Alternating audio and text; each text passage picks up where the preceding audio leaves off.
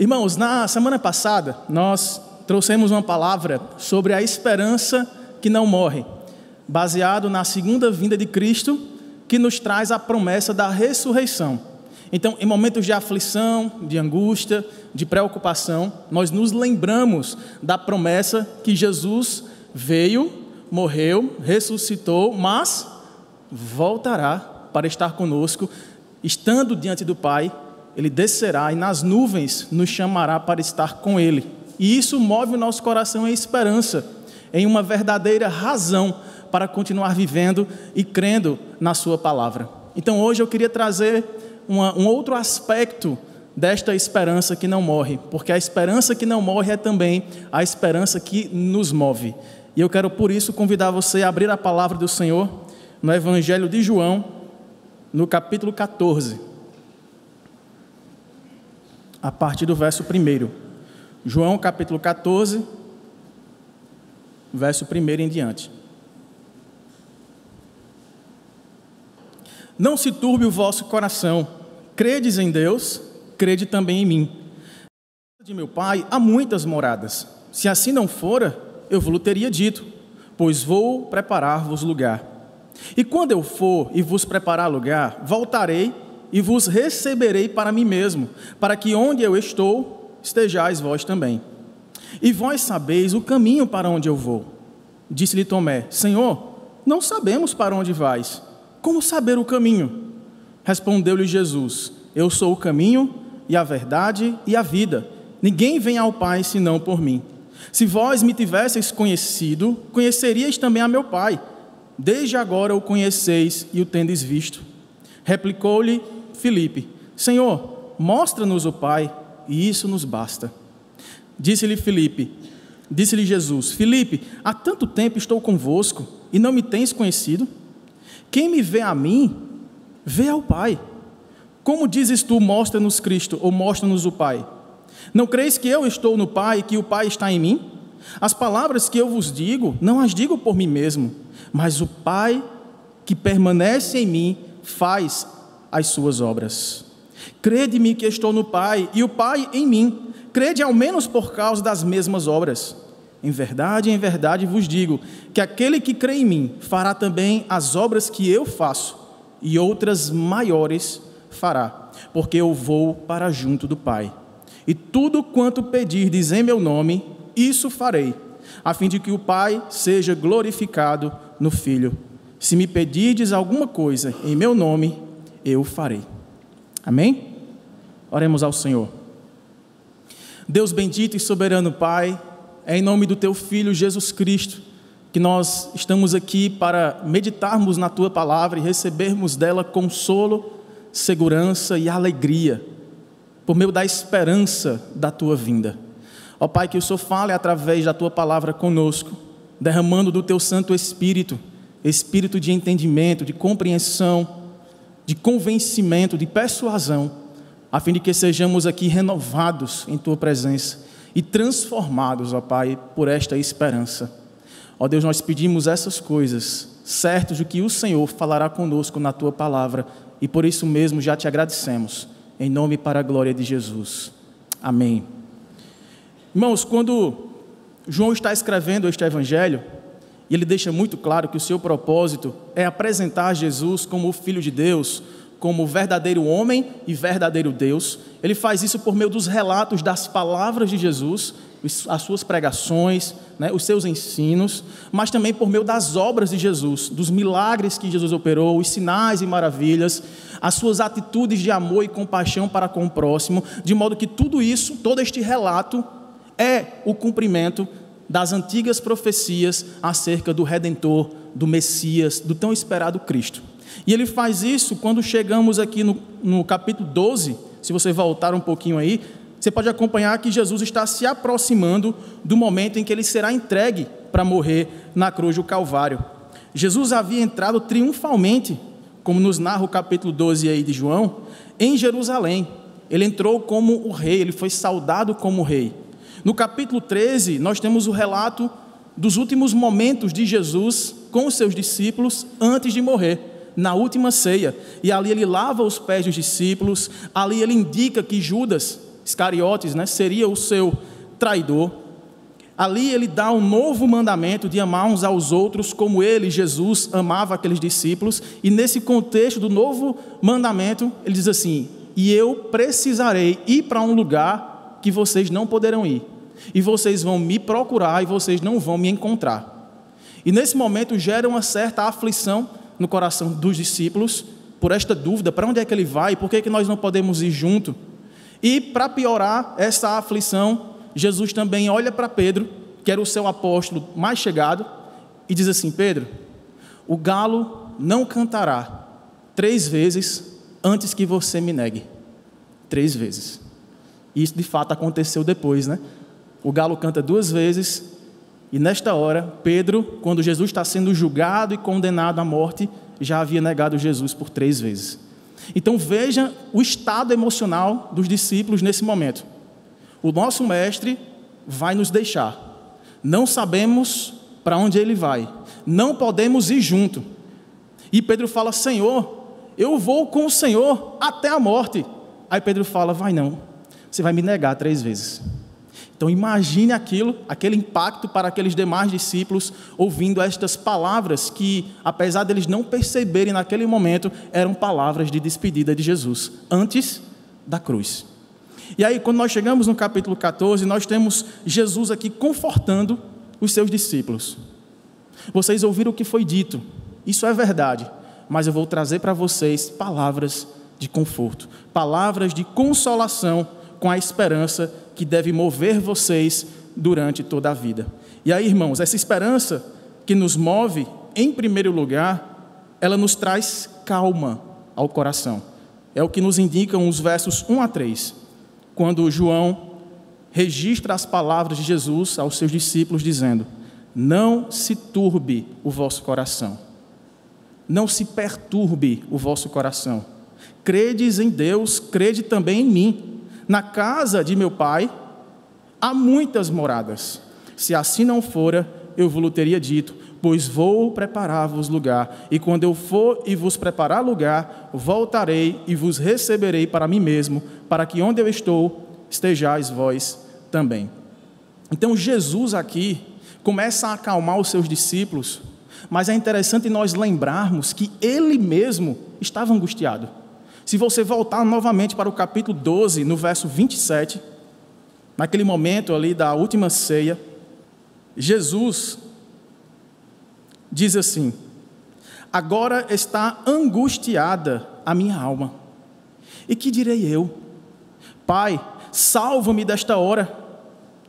Mas precisamente com este propósito foi que eu vim para esta hora. Então Jesus estava também angustiado. Lembra que depois que ele sai daquele último jantar, da última ceia, né, da Páscoa, ele vai para o monte e chama os seus discípulos para acompanhá-lo. Para aquele lugar de oração eles poderiam ir. Para o lugar que Jesus ia depois dali, eles não poderiam.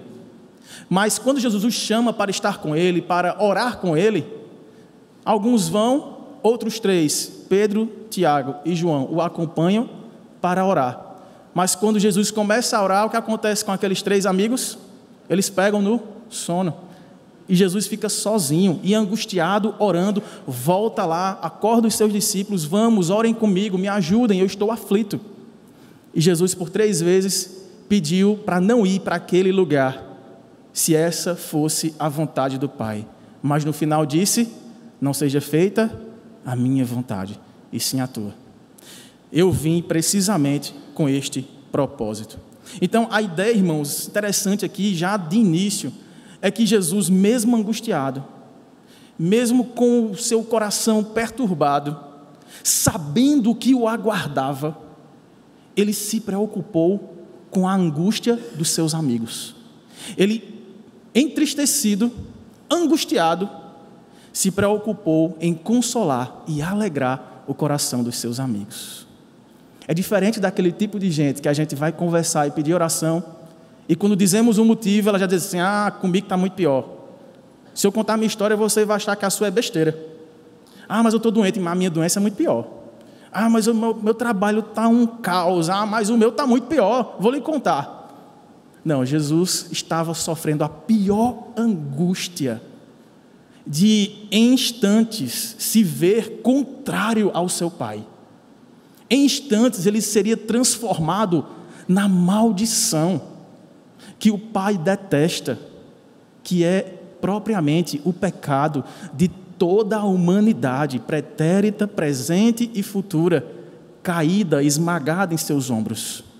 Jesus sabia que não apenas os chicotes que dilacerariam a sua carne, que não apenas a cusparada de humilhação pública, que não apenas o peso de carregar aquela cruz, já fraco, faminto, desnudo, publicamente, ele sabia que nada disso era comparado à dor do terrível desprezo do lugar que ele estava indo, porque na cruz do Calvário, ninguém poderia ir com ele. Ali era o lugar do Filho de Deus suportar não o peso da cruz da madeira, mas suportar o peso da maldição que se pôs sobre os seus ombros. A minha maldição, a nossa maldição, as nossas mentiras, como nós fomos alertados hoje pela manhã, a nossa cobiça, a nossa inveja, a nossa mania de contendas entre irmãos, a nossa mania de fofoca, a nossa presunção, nossa soberba, nosso orgulho, nossa vaidade, nossa inconstância em tratar o outro como nós gostaríamos de ser tratados, a nossa instabilidade de amar o outro como nós amamos a nós mesmos. Tudo isso estava sendo punido em Cristo Jesus, no lugar da sua solidão. E ele, sabendo de tudo isso, experimentava a angústia que antecipava a sua morte, morte em substituição de pecadores que o odiavam, inclusive dos seus amigos, inclusive sendo abandonado pelos seus discípulos. Ele ficou sozinho, ele foi negado pelos seus. Mas diante de tudo isso, irmãos, Jesus encontrou forças para consolar os seus amigos, para consolar aqueles amigos fracos que o abandonariam no momento que ele mais precisava. Diante do tribunal de homens injustos, ninguém ficou para dizer assim: ei, eu conheço este homem, ele não é criminoso, ele é a própria expressão do amor de Deus por nós, eu vi o que ele fez com os meus próprios olhos, eu vi ele ressuscitar mortos, eu vi ele curar doentes, eu vi ele alimentar uma multidão de famintos, eu vi ele pregar o amor, a verdade, o perdão, a misericórdia, a graça, a verdade. Ele não é esse que vocês acham que ele é, ele é o Filho de Deus. Ninguém ficou para defendê-lo, mas ele ficou para consolá-los. E aí, irmãos, por que esses discípulos aqui estavam perturbados, estavam angustiados? Nós apresentamos as razões da angústia de Cristo, mas quais eram as razões da angústia desses discípulos? Pelo menos duas.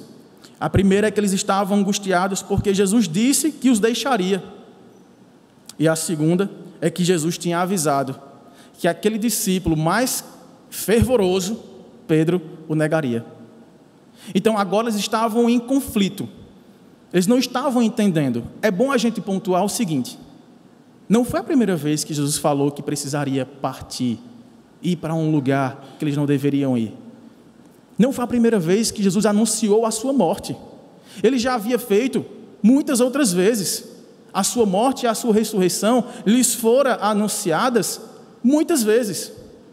Mas parece que a compreensão dos discípulos era que aquele que é o rei da terra, o Messias, o prometido, é um rei terreno.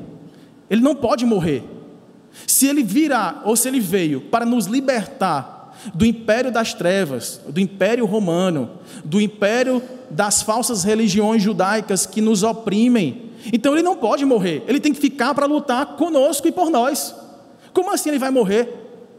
Foi por isso que Pedro, sempre alvoroçado, falou assim: Jesus, em certa feita, né?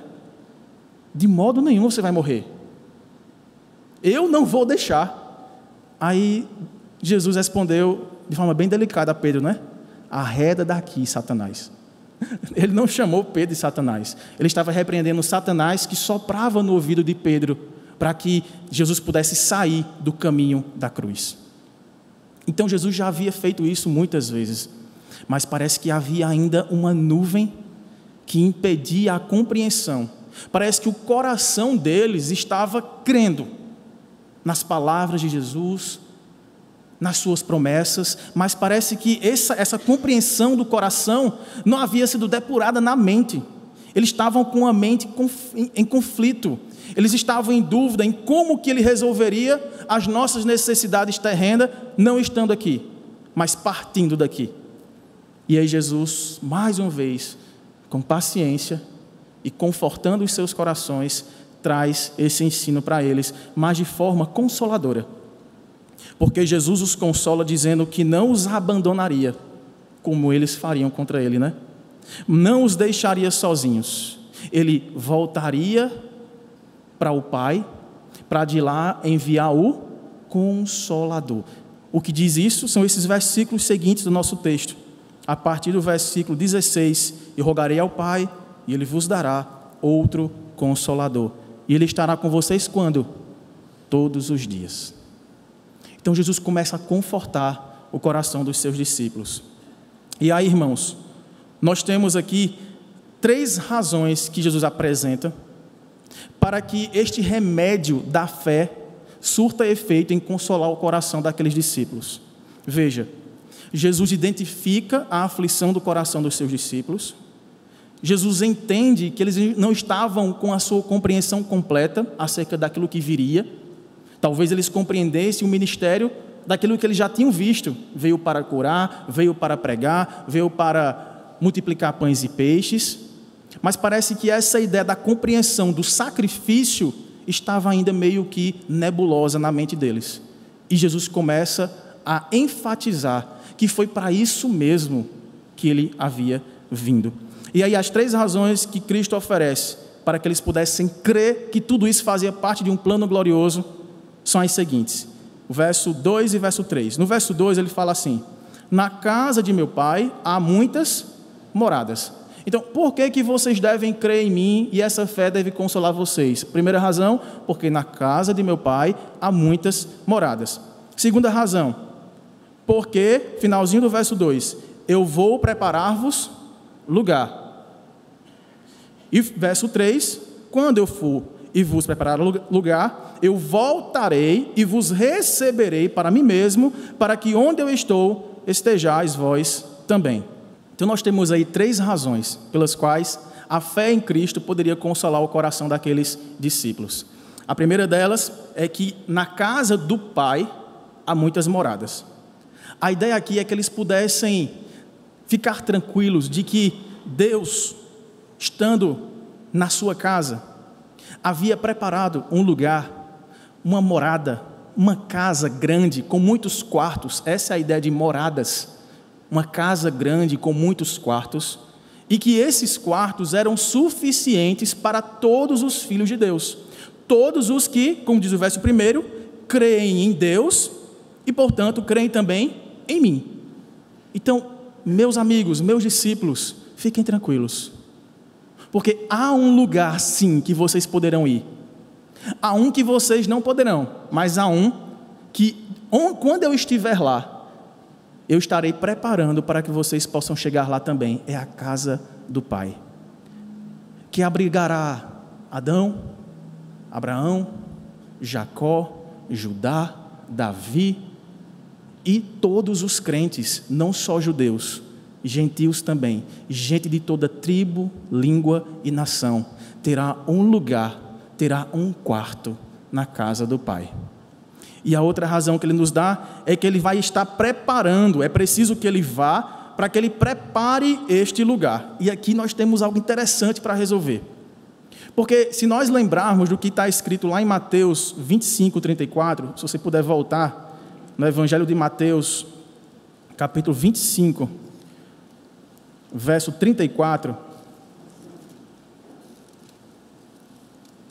a ideia é que este lugar já está preparado.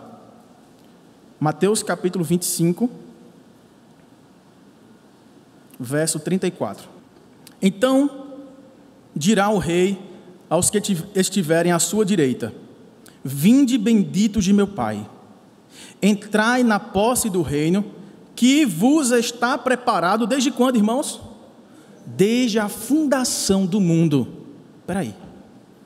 Como é que Jesus está consolando aqueles discípulos, dizendo que é preciso que ele vá para preparar um lugar que a Bíblia já tinha dito que já estava preparado? A Bíblia não, ele mesmo. Porque aqui Jesus está pregando, né, dentro da parábola dos talentos, quando ele está explicando a parábola, no final ele fala assim: e todos aqueles que forem fiéis no pouco, sobre muito serão colocados.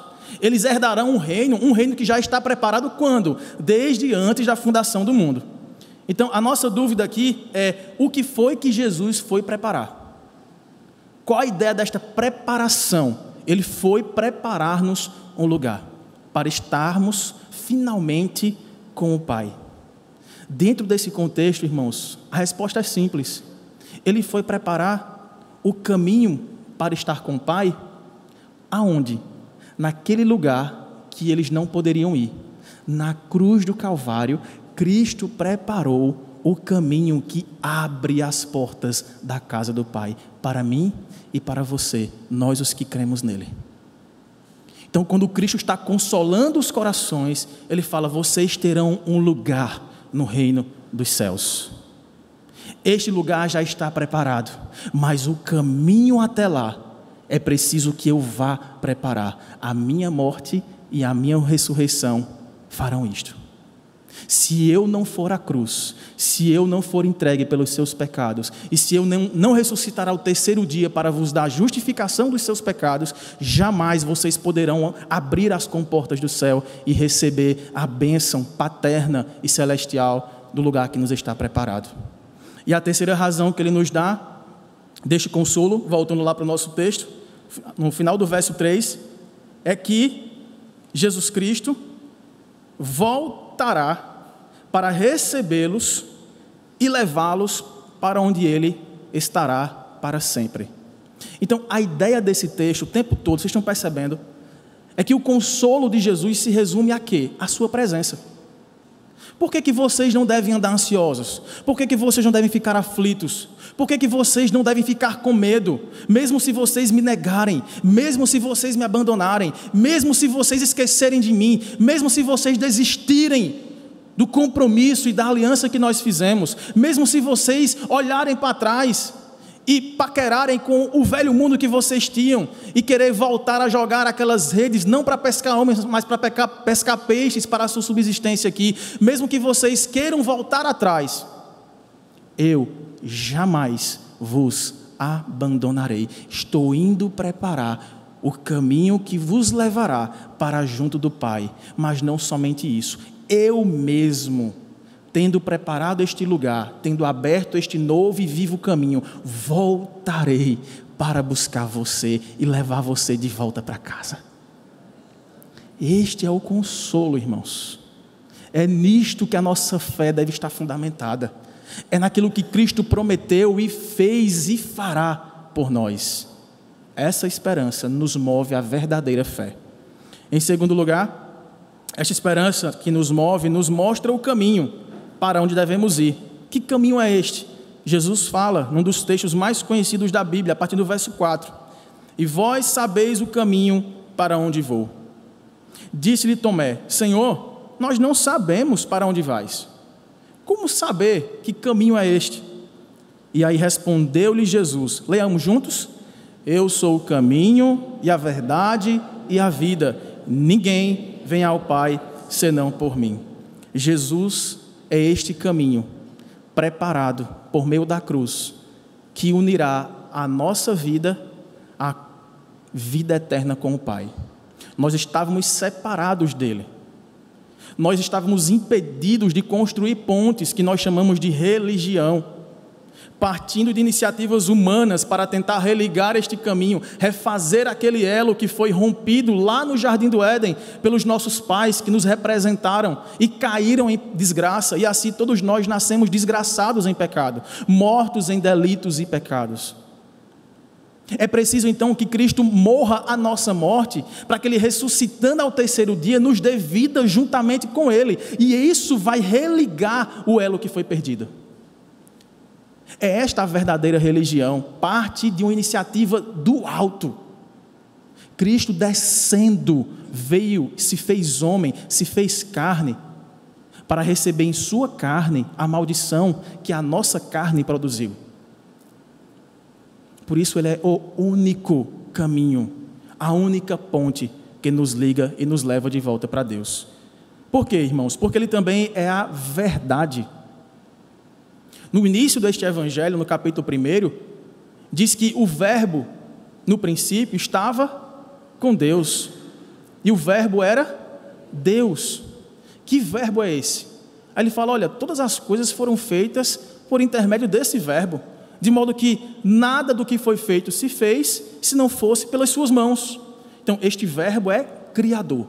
Só que lá no verso 14, do primeiro capítulo ainda de João, diz que o verbo se fez carne e habitou entre nós, cheio de graça e de verdade, e vimos a sua glória, glória como espelhada, glória como do unigênito do Pai. O unigênito do Pai é o verbo que se fez carne. Ele é a própria encarnação da verdade de Deus. Ele é a palavra encarnada. Ele é o profeta por excelência.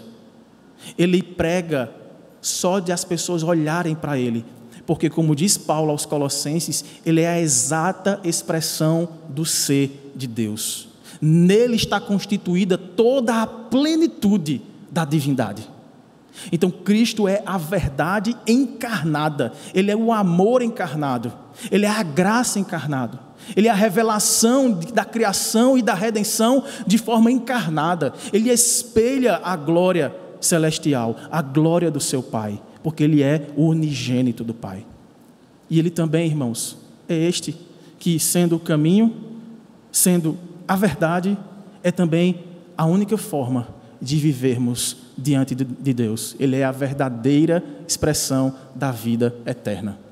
Eu sou o caminho que leva de volta ao Pai. Eu sou a verdade que revela quem é o Pai. E eu sou a vida que o Pai dá a todos aqueles que creem em mim. Então veja, a esperança que nos move é aquela que nos traz calma, aponta para uma esperança no futuro. Esta esperança que nos move também nos mostra o caminho para chegar lá, é Cristo. Essa esperança, em terceiro lugar, que nos move, também traz alegria no presente, apesar das suas promessas, parte delas, serem cumpridas no porvir. Veja aí o que é que dizem os versos 7 a 11. Se vós me tivesseis conhecido, conheceríeis também a meu Pai. Desde agora o conheceis e o tendes visto. Replicou-lhe Filipe, Senhor, mostra-nos o Pai, aí sim isso vai nos bastar. Disse-lhe Jesus, Filipe, há quanto tempo estou convosco? E não me tens conhecido? Quem vê a mim, vê o Pai. Como dizes tu, mostra-nos o Pai? Não creis que eu estou no Pai, que o Pai está em mim? As palavras que eu vos digo, não as digo por mim mesmo, mas o Pai que permanece em mim faz as suas obras. Portanto, crede-me que estou no Pai e o Pai em mim. Crede ao menos por causa das mesmas obras. É interessante porque tanto Tomé, tanto Filipe estavam ali ainda não compreendendo essas promessas vindouras que Jesus os falava. Só que Filipe vai mais adiante e faz um pedido semelhante ao que Moisés fez. Lembra lá em Êxodo, capítulo 33? Depois que eles criaram lá o bezerro de ouro para adoração, porque Moisés estava demorando na montanha, buscando a Deus, né? Deus depois deu as tábuas da lei para Moisés. Quando Moisés desce na montanha, vê o povo lá, promíscuo, numa festa mundana, dizendo assim, foi este Deus aqui, ó, foi este bezerro de ouro, feito com os brincos das mulheres, que nós trouxemos lá do Egito, que nos tirou de lá, que nos libertou de uma terra de escravidão. Nós louvamos a este bezerro de ouro. E aí Moisés desce e vê tudo isso. Aí ele quebra as tábuas da lei. E depois ele tem que voltar ao monte para suplicar a misericórdia de Deus.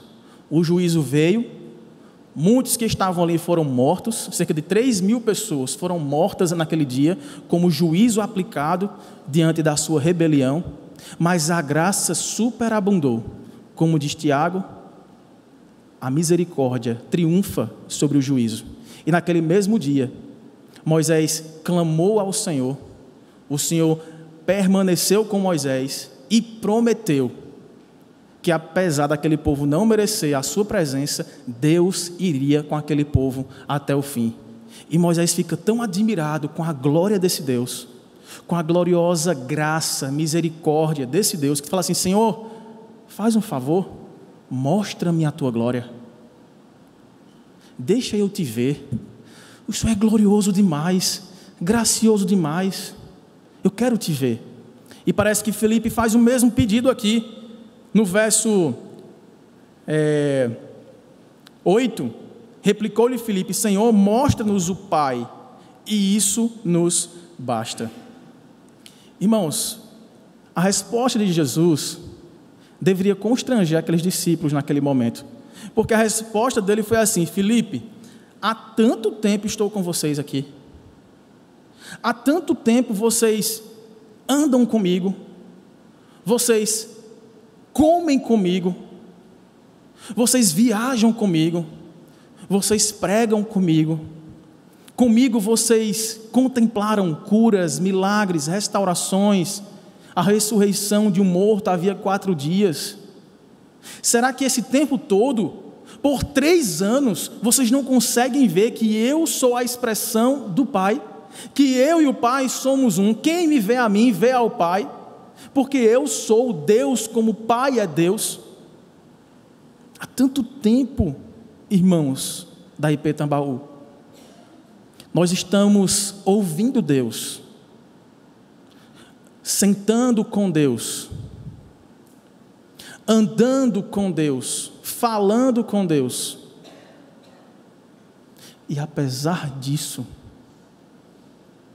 existe um risco de não conhecermos a Deus, de acharmos que conhecemos a Deus porque cantamos músicas sobre Deus, de acharmos que conhecemos a Deus porque frequentamos a casa dita casa de Deus.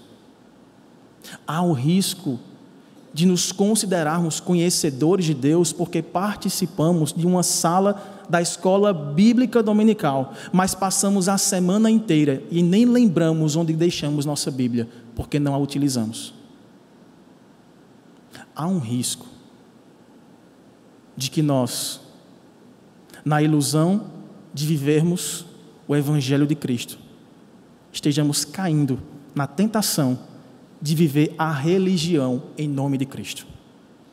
Aquelas atitudes externas, de aparência, para que as pessoas olhem e de repente até elogiem, mas que não mexe aqui dentro, não muda motivações, não nos traz compreensão daquilo que devemos nos apegar. Não é as coisas deste mundo, mas é a fé nas palavras e obras de Jesus, naquilo que Ele disse e naquilo que Ele viveu, e por causa disso aguardar o grande dia em que tudo isso será consumado, quando Ele, descendo das nuvens, resgatará aqueles que viveram como Ele viveu,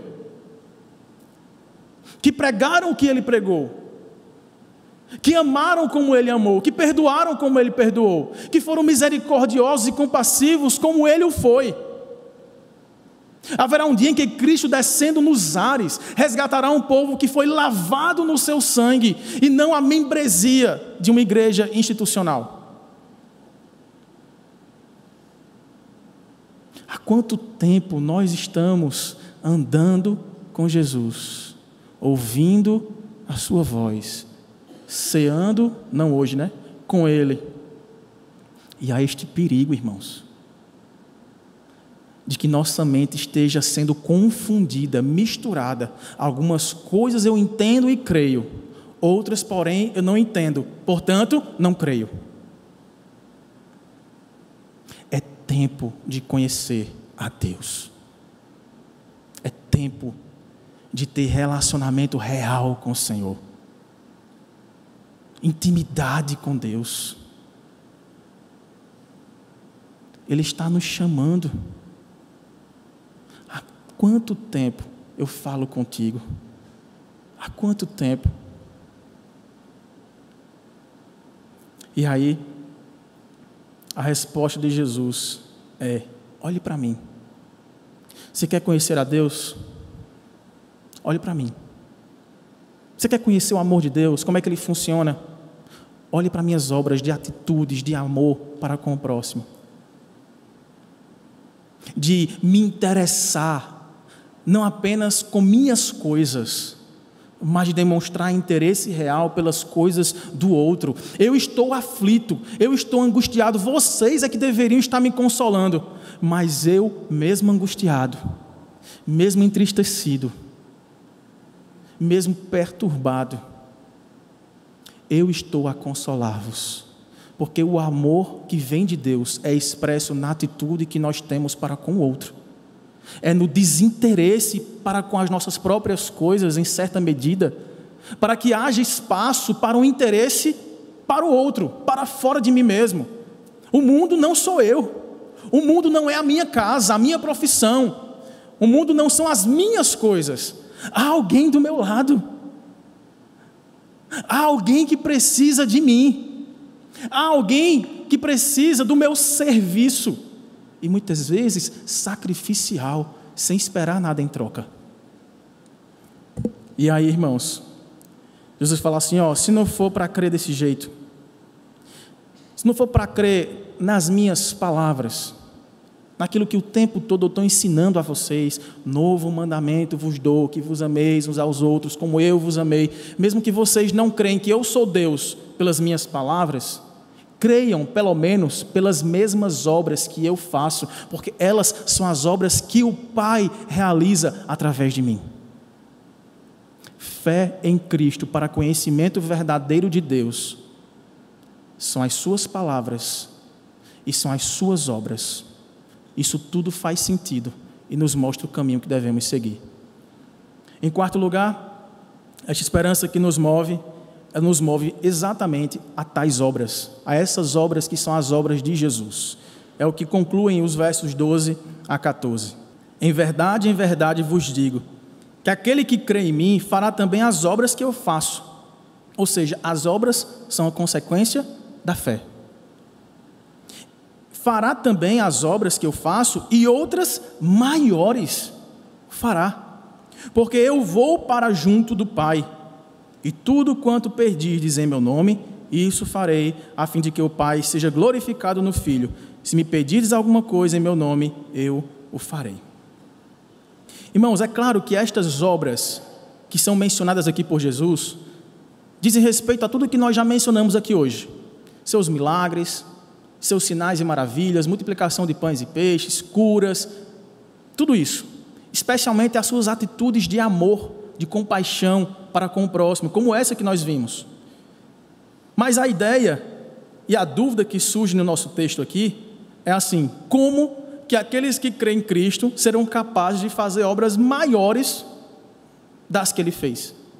Em que sentido nós que cremos em Jesus, cremos nas suas obras e, portanto, andamos em fé e, por isso, andamos nas boas obras, as quais Deus de antemão preparou para que andássemos nelas, como que nós, sendo servos do Senhor, sendo filhos dEle, estando santificados por Ele, abençoados por Ele, podemos estar acima dEle, fazendo as suas obras que Ele não fez, obras maiores? Será que esse é o entendimento? Então a gente precisa de um tempinho aqui para resolver essa questão. A ideia aqui, muitas pessoas acreditam, muitos crentes acreditam, e por muitos anos esse entendimento se espalhou no evangelicalismo, especialmente brasileiro, latino-americano, é que essas obras maiores são milagres maiores. Então, a ideia da teologia da prosperidade, que acabou abarcando toda essa ideia de viver bem financeiramente e viver bem na saúde.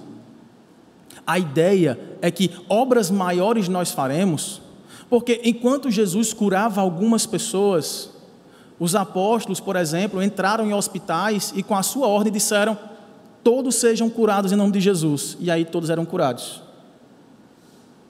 Então nós podemos também fazer obras maiores das que Jesus fez.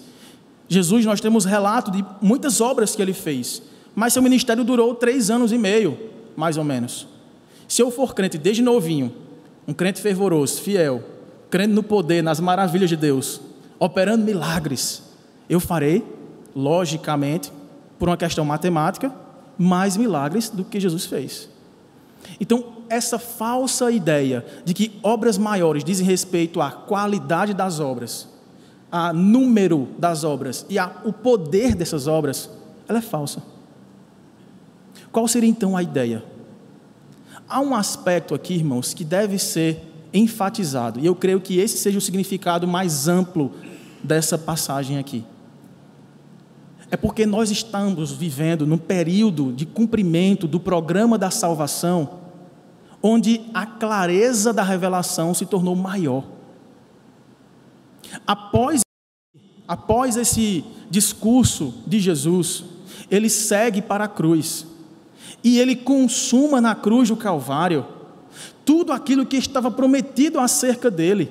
Foi lá na cruz que ele esmagou a cabeça da antiga serpente, conforme prometido no proto-evangelho, no primeiro evangelho, quando o missionário, o primeiro deles, o próprio Deus, falou assim: eu vou enviar um descendente da mulher que esmagará a cabeça da serpente, e ela lhe ferirá o calcanhar. Então veja, a semente da nossa fé foi plantada lá em Gênesis capítulo 3, verso 15. E depois daquilo ali, gerações se passaram. Várias mulheres e homens de Deus que viveram crendo nesta semente, que um dia seria brotada e finalmente cumprida a grande salvação prometida. Só que aqueles irmãos estavam ali prestes a ver o florescer dessa semente.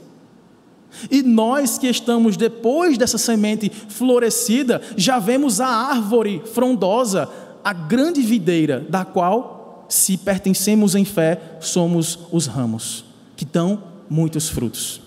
Então, a ideia, irmãos, parece que é mais cronológica aqui.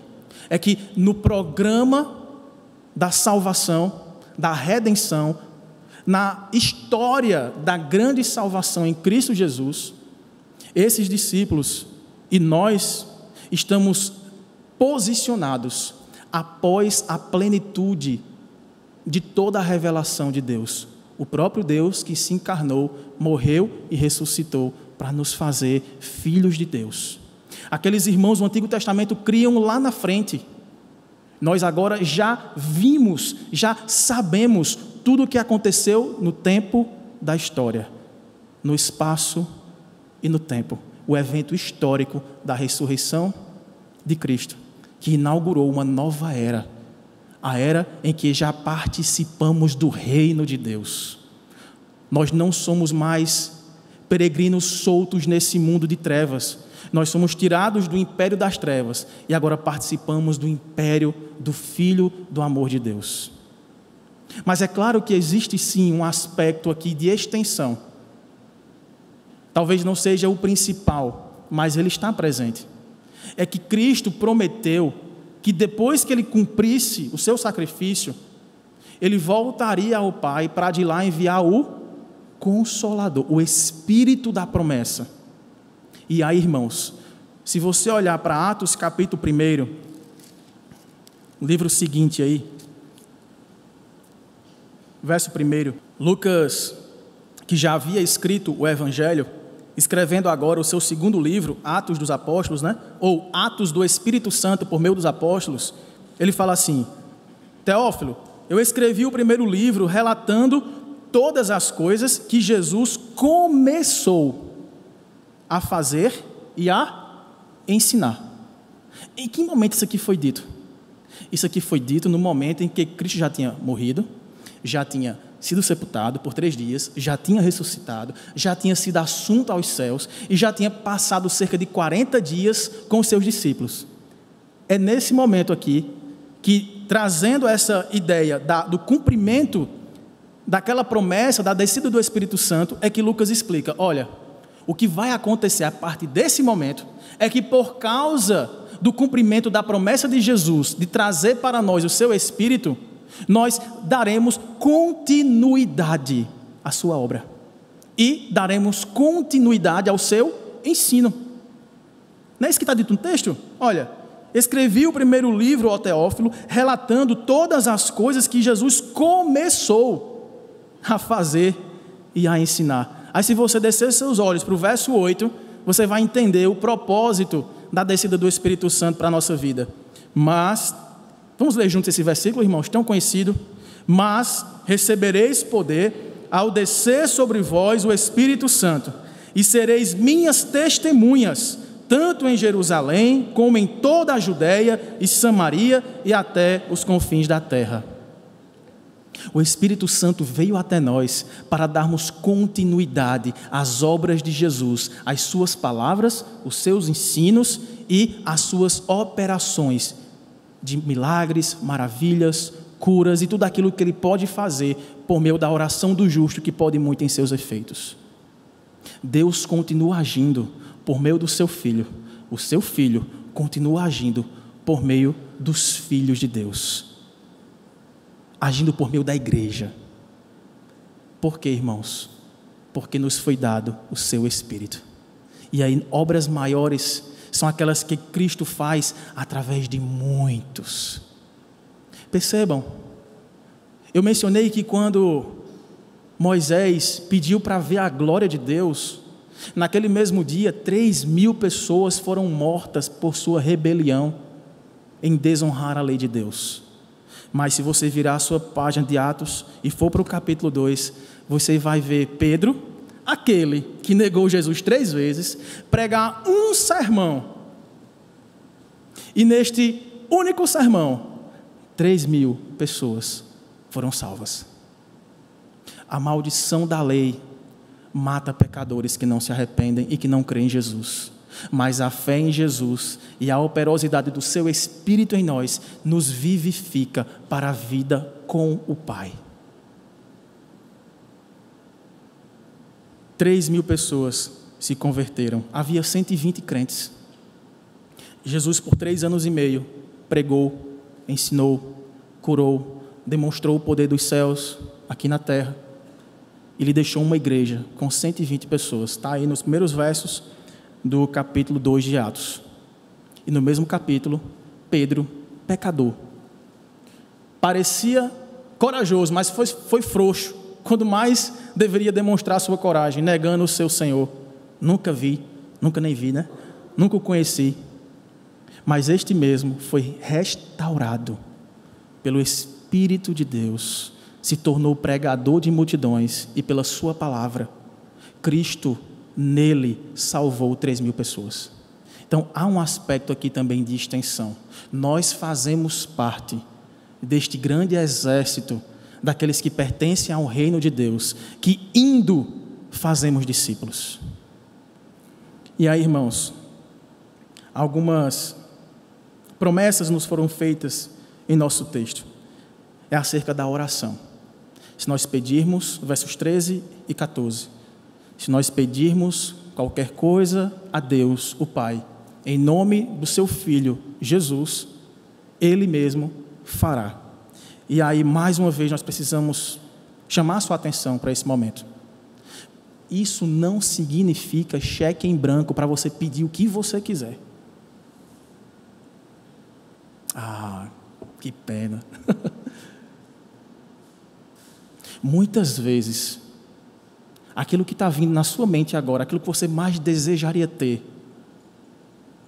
aquilo para o qual você mais trabalha, talvez para uma maior renda, um maior conforto material, talvez isso seja legítimo e Deus vai dar para você, como Ele já tem dado nosso alimento, nossa casa, nossas roupas. Se o buscarmos em primeiro lugar, Ele já garantiu que tudo isso vai ser dado mesmo. Mas, irmãos, se Deus não está respondendo à sua oração do modo como você está pedindo, de dar riquezas, maior influência, poder na sociedade, maior visibilidade, maior glória diante das pessoas, é porque, certamente, isso não vai fazer bem para você. Isso não vai fazer você se aproximar mais de Deus em dependência, em humildade. Para outras pessoas isso pode ser bom, Deus dará uma sabedoria que ela usará tudo isso não para seus próprios interesses, mas para abençoar outros, para trazer confortos aos desalentados, para suprir as necessidades daqueles que sofrem mais, aqueles que necessitam do nosso apoio. E Deus vai dar. Peça e Deus vai dar. Mas qual é a motivação que está no nosso coração quando nós pedimos aquilo que temos nos acostumado a pedir a Deus? O que Cristo está orientando aqui é que tudo aquilo que nós pedíssemos a Deus Pai, qual é o contexto? As obras de Cristo. Então, se eu pedir, Senhor, que eu pregue como Cristo pregou, está dentro do contexto, não está? Senhor, que eu ensine a Tua palavra como Cristo ensinou. Senhor, que eu seja usado para curar pessoas como Cristo o fez. Senhor, que eu tenha as mesmas atitudes de amor e compaixão e misericórdia e graça para com o outro. Isso é ou não do interesse de Deus, irmãos? Isso vai ou não nos fazer mais parecidos com Cristo? Isso vai ou não forjar em nós o caráter dele? Então é isso que nós devemos pedir, sempre. Orai sem cessar, peça a Deus em nome de Jesus, porque esta é a confiança que temos para com Deus, que se lhe pedimos alguma coisa, segundo a sua vontade, Ele nos ouve, e se estamos certos de que segundo a sua vontade, Ele nos ouve, certamente Ele nos fará aquilo que vos pedirmos. É segundo a vontade dEle, para a glória dEle, segundo o propósito bom que Ele colocou em nosso coração, para espelharmos o caráter dEle, para que o mundo veja que há salvação, para que um mundo caótico e egoísta no qual vivemos, olhem para a igreja de Cristo e veja Ele mesmo, Cristo, morto e ressurreto, a expressão do amor, da graça, da justiça, da verdade, da bondade, da honestidade, de tudo que Cristo o é, expressando o verdadeiro caráter do Pai. Peçamos isso, irmãos. Não vamos perder tempo pedindo coisas que podem nos colocar em apuros, que podem roubar nossa paz, que podem nos tornar independentes de Deus, que podem nos tornar vaidosos, que podem nos tornar pessoas sem tempo para relacionamento, sem tempo para visitar o familiar, sem tempo para sentar com alguém e dividir a vida, e chorar com quem chora e se alegrar com quem se alegra. Deus não vai dar a seus filhos aquilo que não vos fará bem. Amém? A ideia, irmãos, é que Cristo continuará as suas gloriosas obras por meio de pessoas como Pedro, como Kilvin, por mais impressionante que isso possa parecer, por mais inesperado que isso possa acontecer, Deus quer usar você. Deus quer usar você. Mas eu não sei falar. Sabe? A gente fala de tantos assuntos e não fala daquilo que é o mais importante. Deus vai usar você. Nós somos os braços de Cristo, as suas pernas, a sua boca. Nós somos o bom perfume de Cristo, onde a gente passa. O perfume da esperança que nos move ao verdadeiro amor deve trazer as pessoas para perto e não para longe da gente. E não para afastá-las de Cristo. Cuidado para a gente não estar pregando religião e deixando Cristo horrível para as pessoas. Cristo nos chama, irmãos, para pregarmos a verdade que liberta. É em Cristo que as pessoas são libertas. Não é o contrário, não. Não são as pessoas libertas que nós vamos apenas convidar. Já que você está liberta, venha ser meu amigo. Já que você é santo, venha fazer parte da minha igreja. Já que você é alguém que ama a Deus, venha se relacionar comigo. Vinde a mim, todos que estáis cansados, sobrecarregados do peso do pecado, e eu vos aliviarei. Nós somos os arautos do descanso prometido. Para encerrar, irmãos, algumas aplicações rápidas que nós podemos aprender com esta esperança, que nos move a fé, que nos move as obras e que finalmente nos moverá à casa do Pai. É que essa esperança, ela nos traz conforto, especialmente conforto aos que sofrem. A igreja, ela tem sido atacada séculos por séculos, sob a acusação que é a seguinte: vocês pensam muito no céu, vocês pensam muito no alto, vocês pensam muito nas coisas futuras e esquecem do que está aqui, do mundo e da sua necessidade presente. Foi por isso que filósofos como Karl Marx falou que a religião é o ópio do povo. A gente não pode negar, a gente deve admitir sim, que isso acontece em alguns lugares.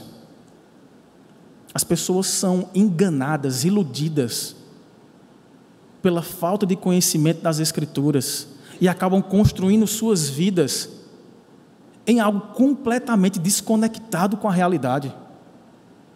É o mistério. Minha vida é ficar no mistério, nas nuvens. E eu esqueço de quem está do meu lado, passando fome, sofrendo, angustiado, enlutado, desesperado. Nós temos que admitir que ao longo da história, a história da igreja aponta erros assim. Mas não é por causa desses erros que nós, filhos de Deus, devemos nos envergonhar de continuar pregando essa esperança. Porque, como vimos, é uma esperança que nos move.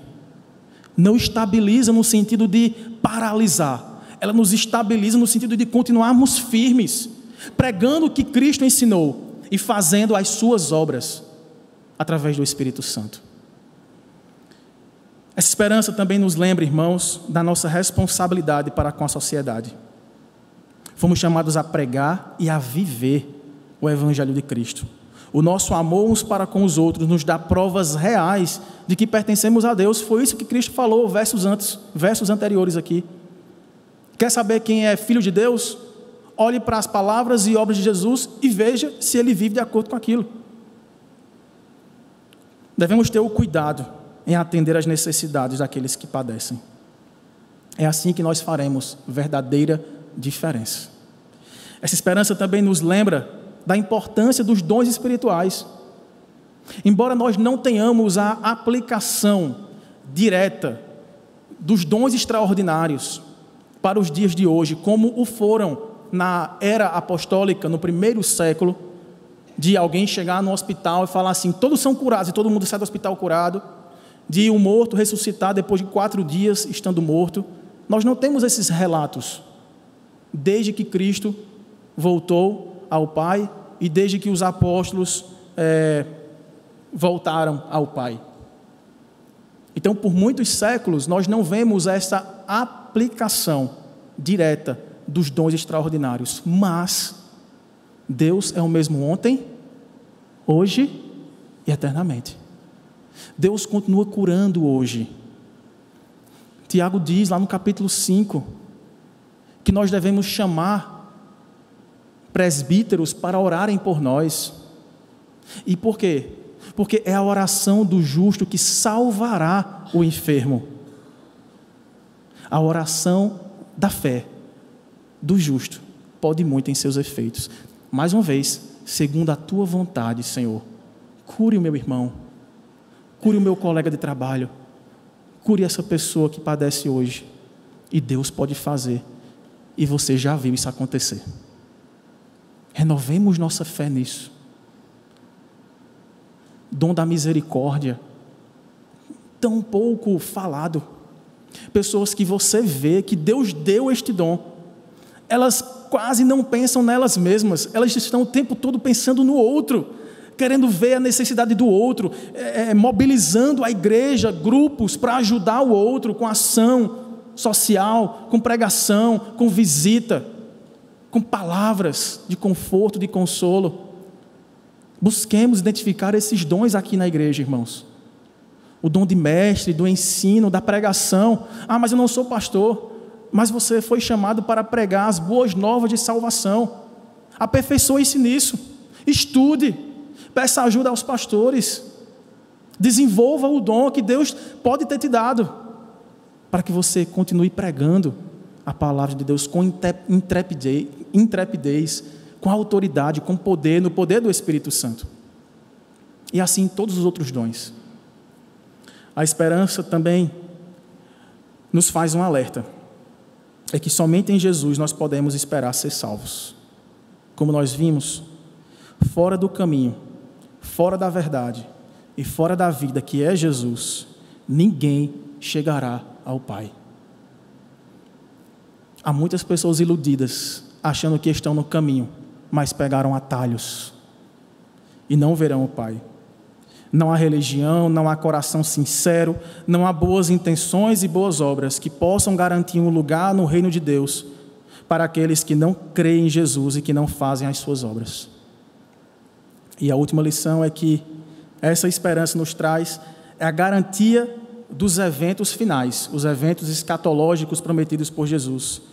A garantia desses eventos, a certeza que eles vão acontecer, isso é mais importante do que a cronologia deles, de como e quando eles acontecerão.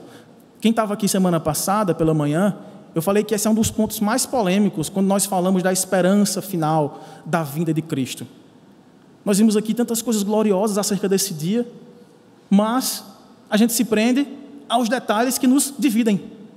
Espera aí, de que segunda vinda você está falando? Como é que você pensa o arrebatamento? Cristo vem antes ou depois da grande tribulação? Dentro ou fora do milênio? Corta aqui, é diferente de mim. Sejamos humildes, irmãos, e nos atenhamos ao que é mais importante. O mais importante é que a promessa é que estaremos com Cristo para sempre, na casa do Pai, onde há moradas suficientes, quartos com o seu nome, com o meu nome. A gente não merece isso, mas recebemos gratuitamente pela obra de Cristo Jesus em nosso lugar, de modo que Ele hoje, operando em nós, tendo preparado o nosso caminho, voltará para nos levar para lá. Lá onde? No céu, não somente no céu, mas no novo céu e na nova terra. Isso aqui será transformado, restaurado. E o que mais importa é você estar lá e levar pessoas com você para lá. Portanto, a grande pergunta que nos desafia aqui, ao fim desta palavra, é como saber se temos a chave do nosso quarto na casa do Pai. Você já tem a sua chave que abrirá a morada na casa do Pai? Como saber isso? A resposta a esta pergunta, irmãos, está em algumas perguntas, ou na resposta a algumas perguntas que o texto nos faz. Eu vejo em mim as obras, as mesmas obras que Jesus fez. Não responda para mim não, tá? Responda para você mesmo. Eu vejo em mim as mesmas obras que Jesus fez. Tudo o que Ele fez, inclusive suas atitudes de amor e compaixão. Eu tenho sido usado por Deus para a edificação do seu reino aqui neste mundo?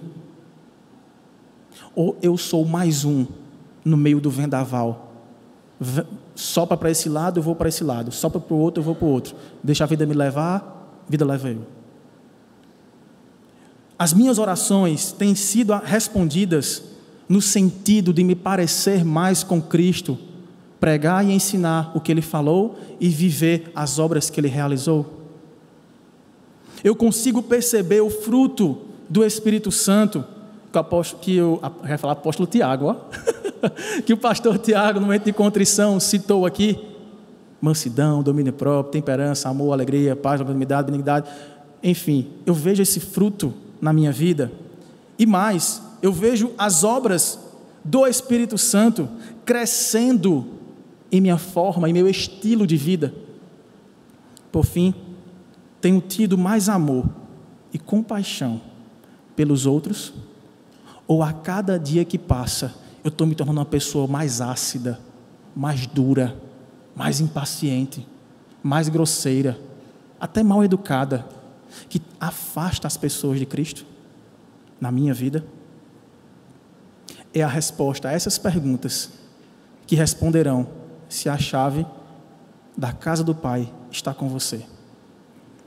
Irmãos, essa é a única forma de sabermos que estamos no caminho, que estamos na verdade, que estamos na vida.